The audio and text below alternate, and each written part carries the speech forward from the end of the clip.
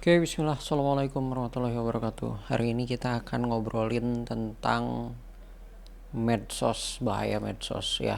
Jadi medsos itu uh, adalah merupakan kebiasaan atau kehidupan kita sehari-hari. Kita nggak bisa lepas, agak-agak susah ya untuk bisa lepas dari medsos ini, kayak misal WhatsApp, Facebook, WhatsApp lah khususnya saya sendiri ya. Ya, WhatsApp, Facebook, Instagram, TikTok mungkin ya.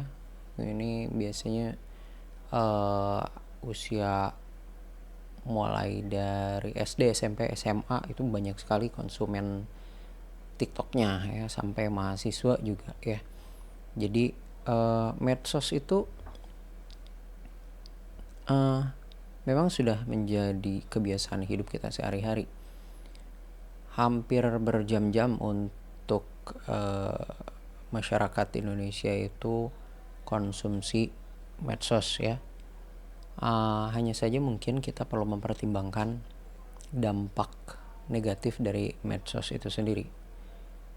Seringnya kita merasa senang, happy gitu dengan medsos, beraktivitas, berselancar di medsos, ngelihat komentar-komentar orang yang seru-seru gitu ya. Jadi komentar-komentarnya kadang lucu-lucu, kadang membuat kita agak terpancing gitu emosinya.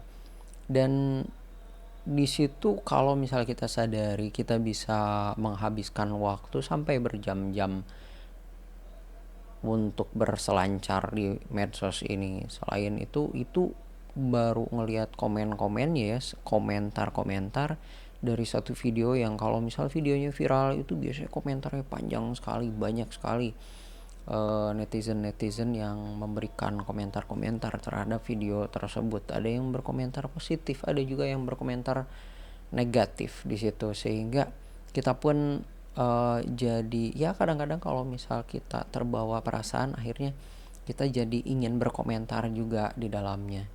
Itu baru satu video. Kalau misal kita scroll lagi gitu, nanti kita akan bertemu video yang menarik lagi, dan kita kadang-kadang ingin melihat komentar-komentarnya seperti apa.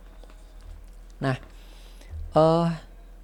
itu bagus sekali untuk jadi seringkali itu jadi hiburan kita ya, untuk bisa spending time gitu di dalam kehidupan kita ini. Nah, selain itu juga ada WhatsApp ya. WhatsApp itu biasanya media untuk berkomunikasi kita ya. Kita pergaulan kita dengan orang-orang yang dikenal umumnya dilakukan via WhatsApp. Dan dunia WhatsApp itu dunia media sosial ya. Dunia media sosial itu betul-betul mempengaruhi kehidupan kita. Bukan kadang lagi ya, seringkali komentar-komentar yang positif di media sosial atau hanya memberikan reaction di media sosial itu bisa memberikan endorfin tersendiri gitu untuk kita. Kalau ada komentar kita dikasih like gitu, atau mungkin dikasih komentar-komentar yang mungkin sedih, emot-emot yang sedih, reactionnya hanya sekedar reaction, tapi itu bisa memancing emosi kita. Apalagi kalau komentar-komentarnya itu dengan kata-kata wah, pujian-pujian, itu akan meningkatkan endorfin kita di dalam kehidupan kita gitu, sehingga kita ngerasa dihargai di dalam komunikasi kita di WhatsApp atau mungkin di Line kalau zaman dulu ya. Line itu udah agak jarang juga. Kalau di Thailand mungkin pakainya Line ya. Di negara-negara lain yang rame itu kayak yang sudah banyak hilang itu ada WeChat, Line, terus macam-macam ya. Kalau di Indonesia sendiri yang paling banyak itu menggunakan WhatsApp ya, karena yang katanya ringan. Nah, selain komentar-komentar positif, pujian, reaction positif, ada juga yang reaction kayak marah, reaction marah atau komentar marah, komentar negatif, sinis, menjatuhkan, itu bisa membuat kita terpengaruh juga gitu di dalam berselancar di media sosial, di dalam pergaulan ya. Seakan-akan komunikasi seseorang di media sosial itu justru kadang melebihi komunikasi kita di dunia nyata efeknya ya, baik efek positif maupun efek negatif. Fenomena itu membuat suatu hawa atau mungkin angin baru dalam kehidupan, di dalam pergaulan, yang itu jadi suatu pertimbangan ya. Wah, ini medsos nih sebenarnya jadi kayak pedang bermata dua ya, yang satu ke depan, yang satu ke belakang gitu. Kalau kita tidak bijak menggunakannya, maka itu bisa membunuh kita sendiri. Nah, tapi kalau kita bijak menggunakannya, maka itu akan menguntungkan gitu untuk kita. Karena komunikasi kita bisa lebih cepat sampai informasi yang ingin kita sampaikan, kita pun bisa mendapatkan informasi lebih cepat dari orang lain. Itu sangat menguntungkan kita. Tapi kalau kita tidak bijak menggunakannya, maka media sosial atau WhatsApp ini akan menjadi bumerang untuk diri kita sendiri, dan itu sangat berbahaya sekali untuk kehidupan kita. Bahkan ada beberapa kasus di mana karena komentar-komentar negatif dari netizen, komentar negatif dari orang lain, maka silaturahmi putus, dan bahkan ada yang sampai bunuh diri, ada yang sampai drop, ada yang moodnya sampai jatuh ya. Itu karena apa? Karena media sosial. Kita terlalu seakan-akan paradigma berpikir kita beralih dari dunia nyata ke arah media sosial. Jadi seakan-akan kehidupan kita sebenarnya itu ada di dunia maya gitu. Itu yang sangat berbahaya sekali. Oleh karena itu kita harus betul-betul bijak. Selain itu, media sosial selain mempengaruhi kehidupan kita, mempengaruhi emosi kita, itu pun bisa mempengaruhi yang kedua ya, ini yang kedua. Yang pertama itu media sosial bisa mempengaruhi emosi kita. Yang kedua, media sosial itu juga bisa mempengaruhi produktivitas kita dalam kehidupan. Nah, bagaimana media sosial bisa mempengaruhi produktivitas kita dalam kehidupan? Misal kita ada tugas, misal kita ada UTS atau UAS, misalkan kita ada deadline yang harus kita selesaikan. Nah, seringkali media sosial itu membuat kita ngerasa kita harus memeriksanya, kita harus ngecek media sosial, kita harus ngecek misal ada notifikasi, ada mention, terus ada reply dari orang-orang gitu, misalkan di WhatsApp gitu ya, ada yang nge-like komentar kita, ada yang nge-like status-status kita gitu, ada yang ngasih lope-lope gitu di status kita. Nah, itu seakan-akan kita langsungin, wah, dalam pikiran kita siapa nih yang ngasih komentar, siapa nih yang ngasih like, padahal kerjaan kita belum beres di situ, padahal tugas kita, deadline kita belum diselesaikan, tapi kita potong, kita kasih iklan untuk bisa ngecek isi dari media sosial. Apakah separah itu? Parah pemirsa ya. Akhirnya fokus kita jadi terkacaukan. Kalau fokus kita jadi terkacaukan, maka saat kita kembali ke pekerjaan kita yang seharusnya, itu fokus kita seakan-akan akan kembali ke nol ya. Kenapa? Karena terganggu, terdistraksi oleh apa yang ada di dalam media sosial. Pada akhirnya apa? Early gratification namanya ya. Early gratification itu artinya apa? Kenikmatan sesaat. Kita memang ngerasa ada suatu endorfin atau mungkin suatu kesenangan yang kita alami di dalam bermedia sosial. Itu namanya early gratification. Hadiah atau gratifikasi terlalu cepat, terlalu dini gitu. Nah, kita memang merasakan kesenangan saat ada like, ada komen, status kita disukai gitu ya. Kita ngalamin suatu kebahagiaan, endorfin kita muncul di situ. Nah, tapi efeknya apa? Tugas nggak selesai, target deadline tidak selesai. Nah, Akhirnya apa yang terjadi? Bahkan kalau misalnya anak-anak yang lagi nyusun skripsi ya, skripsinya nggak beres teman-teman ya. Skripsi nggak beres, masuk lagi semester berikutnya, bayar lagi SPP. Siapa yang rugi? Yang rugi adalah yang mengalaminya, yang mengalami early gratification tadi. Itu kesenangan atau endorfin yang keluar terlalu dini gitu. Jadi nggak seharusnya endorfin itu keluar terlalu cepat, harusnya agak ditunda. Seharusnya kita fokus gitu dengan skripsi kita, tapi kita nggak tahan gitu untuk bisa mendapatkan gratifikasi, untuk bisa mendapatkan kenikmatan sesaat, yang pada akhirnya kenikmatan sesaat itu menjerumuskan kita ke dalam suatu kegagalan, yang kegagalan itu ya efeknya tentunya penyesalan ya, efeknya tentu penyesalan. Nah itu yang seringkali dialami oleh generasi-generasi sekarang atau masyarakat sekarang. Early gratification, kita bisa mendapatkan kenikmatan terlalu cepat, kita bisa mendapatkan kenikmatan sangat mudah dalam pikiran kita. Untuk apa gitu kita bisa mendapatkan kenikmatan dengan bersusah payah gitu, di saat kenikmatan itu bisa kita dapatkan hanya dengan scrolling. Lo apa sih ruginya scrolling? Tentu kadang-kadang kita berpikir seperti itu ya. Apa ruginya kita scrolling media sosial gitu kan, cuma sebentar. No pemirsa ya, gak cuma sebentar. Memang scrollingnya cuma sebentar, tapi berkelanjutannya itu yang membuatnya habis waktu gitu.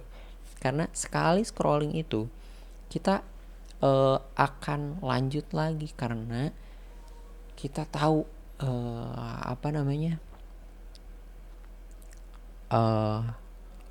media sosial itu paling tahu kesukaan kita apa. Misalkan yang suka dengan scrolling Minecraft, nanti akan disodorin Minecraft lagi, scrolling berikutnya Minecraft lagi. Bahkan yang suka dengan video-video motivasi seperti ini gitu, motivasi. Bahkan yang suka dengan video motivasi juga, itu juga seakan-akan hanya ngasih kepuasan otak aja gitu, suka dengan video motivasi. Setelah beres satu video motivasi, udah gitu pengen scrolling video motivasi berikutnya gitu. Udah beres 5 menit gitu video motivasi gitu ya, di scrolling lagi video motivasi berikutnya, dan begitu seterusnya. Itu namanya sama aja gitu. Pada akhirnya video motivasi kayak mau Minecraft ini kan video motivasi positif, daripada Minecraft nggak ada positifnya. Tapi kalau scrolling lagi sampai kerjaan kita nggak beres, itu namanya bukan positif, itu namanya negatif pemirsa ya. Jadi jangan sampai kita terjerumus ke dalam mindset, wah ini kan video positif. Iya kan video positif satu gitu, tapi kalau misal hal positif tapi berlebihan ya olap juga gitu, maksudnya habis waktu juga gitu. Jadi ya jangan sampai kita hal itu pun, walaupun itu video motivasi, tapi itu teh namanya early gratification juga, karena ada orang-orang yang memang suka gitu dengan video motivasi seperti itu. Nonton doang tapi gawe mah enggak gitu, kerja mah enggak, ngelaksanain apa yang ada di video motivasi itu enggak ada gitu. Jadi ya sama aja, kita perlu kontrol atas diri kita terhadap media sosial gitu. Jadi kita harus bisa mengendalikan hasrat dan rasa penasaran kita.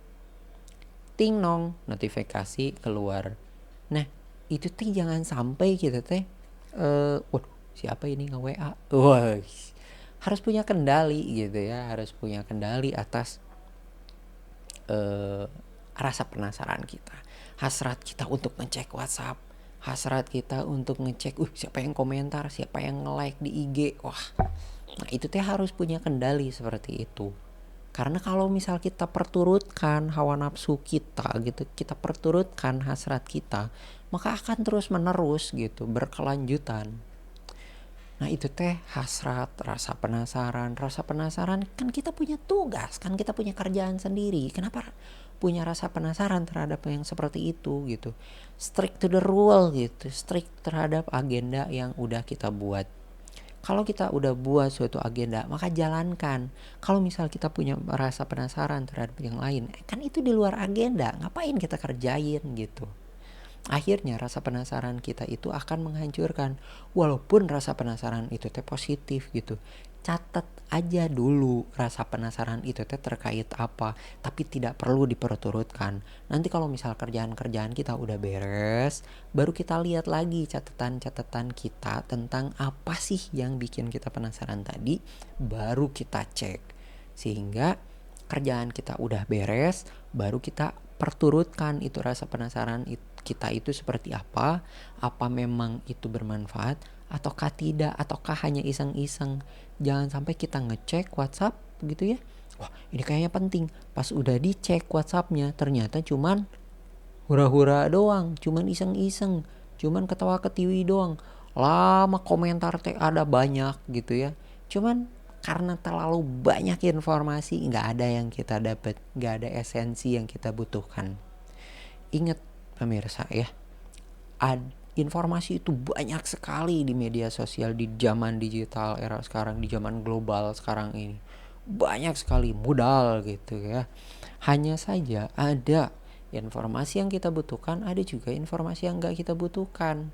Karena memang itu disesuaikan dengan kita teh butuh apa gitu. Ya sesuaikan dengan kebutuhan kita sendiri gitu ya. Jangan sampai segala dilebok gitu ya, segala aja dimakan gitu, yang nggak penting pun banyak sekali pemirsa yang harus dikerjakan kalau misal semua informasi itu kita serap, yang pada akhirnya kerjaan kita jadi banyak. Hal yang gak harus kita kerjakan, hal yang memang tidak sesuai dengan visi misi kehidupan kita, itu pun jadi seakan-akan penting gitu, padahal gak penting. Itu penting buat orang lain, tapi untuk kita mah enggak gitu. Jadi perlu kita pilah-pilah mana yang penting, mana yang tidak penting. Seakan-akan emang perlu gitu ngomentarin di media sosial teh. Yang terpenting mah tuh jaga silaturahmi gitu ya. Yang terpenting mah ya kerjaan kita beres gitu. Penting gak menjaga berkomentar-komentar, takut putus silaturahmi ya, takut putus, kerjaan kita nggak beres, itu yang mengecewakan orang ya. Nah jadi jangan sampai kita jadi nggak tahu prioritas, mana yang prioritas, berkomunikasi, berkomentar di medsos, atau kerjaan kita yang beres, sehingga kita dikatakan sebagai orang yang amanah. Kalau kerjaan nggak beres mah jadinya tidak amanah. Maka matikan, harus berani gitu, matikan medsos. Terus kita jadi kudet gitu. Nah jadi kudet, terus kita jadi kurang update gitu, jadi kurang informasi, ketinggalan informasi. Ya so what gitu lah, informasi mah aduh banyak pisan gitu ya. Jadi saat memang ada waktunya lah kita cari-cari informasi. Kerjaan kita beres, gampang lah kita dapat informasi juga. Tinggal nanti scrolling aja pas waktunya. Nah, oleh karena itu kita perlu atur kapan waktu bermedia sosial, dan kita harus batasi gitu jadwal bermedia sosial kita. Jadwal kita berkomunikasi di grup itu kapan, jam berapa, dan sampai jam berapa menit gitu. Kita harus sediakan waktu khusus gitu untuk bisa berkomunikasi di media sosial. Jadi bukan setiap saat ada mention, ada notifikasi, langsung kita lihat. Gimana pemirsa? Ya enggak gitu juga tuh ya. Nah, hal itu teh harus berani lah, harus punya keberanian. Memang berat, pasti berat sekali ya. Tapi untuk awal-awal mungkin berat ya, tapi untuk kedepannya, untuk berikutnya itu akan bisa lebih mudah, kalau kita konsisten ya. Ingat, amalan yang paling Allah cintai itu apa? Amalan yang konsisten walaupun kecil ya, itu teh hadis riwayat Aisyah kan. Amalan yang konsisten walaupun kecil. Tadi Islam juga udah diajarin kita teh harus melakukan habit demi habit walaupun kecil, tapi itu teh dijalankan secara konsisten. Nah, amalan yang kecil itu justru amalan yang sedikit itu, amalan yang konsisten itu walaupun sedikit itu justru yang bisa merubah diri kita. Jangan sampai kita memperturutkan hawa nafsu gitu ya. Jadi kita melakukan habit atau kebiasaan kapan ngecek media sosial, kapan kerja dan kapan ngecek media sosial.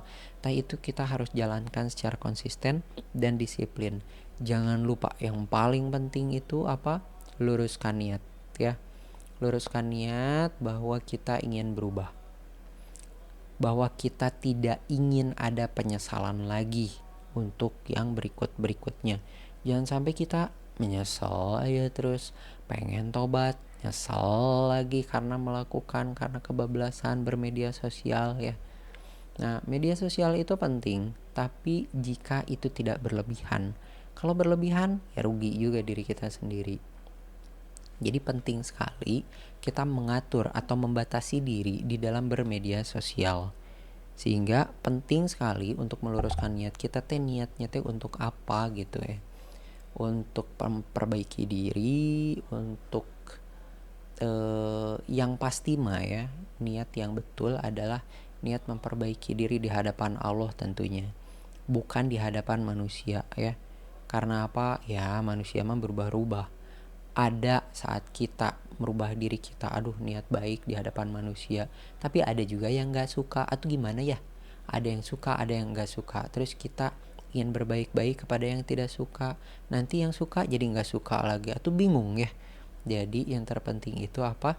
Kita niat baik melakukan perubahan dengan nama Allah. Jadi artinya apa? Kita ingin baik di hadapan Allah, itu aja cukup lah. Mau ada orang yang suka, mau enggak, yang terpenting apa? Kita ingin berubah menjadi lebih baik, menjadi mukmin yang lebih baik, menjadi muslim yang lebih taat gitu. Nah, itu harus diluruskan niat ya. Jadi kita bikin jadwal kapan bermedia sosial dan kapan kerja.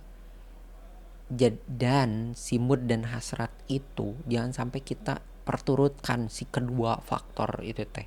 Tapi justru mood dan hasrat itu harus mengikuti jadwal yang udah kita buat. Jadi kayak robot gitu lah, kayak robot. Suka gak suka, malas gak malas, ya kita harus nurut gitu sama jadwal yang udah kita buat.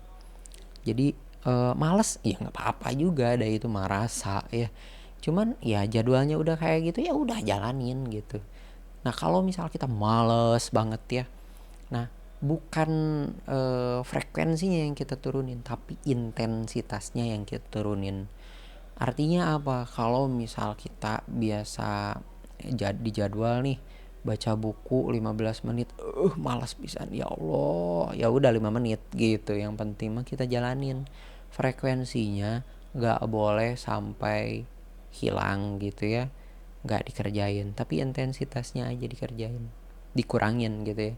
Sehingga habit-habit kecil itu, ingat, kecil tapi konsisten gitu, itu yang terpenting ya. Habit-habit kecil itu yang bisa merubah diri kita ya. Mudah-mudahan manfaat. Assalamualaikum warahmatullahi wabarakatuh.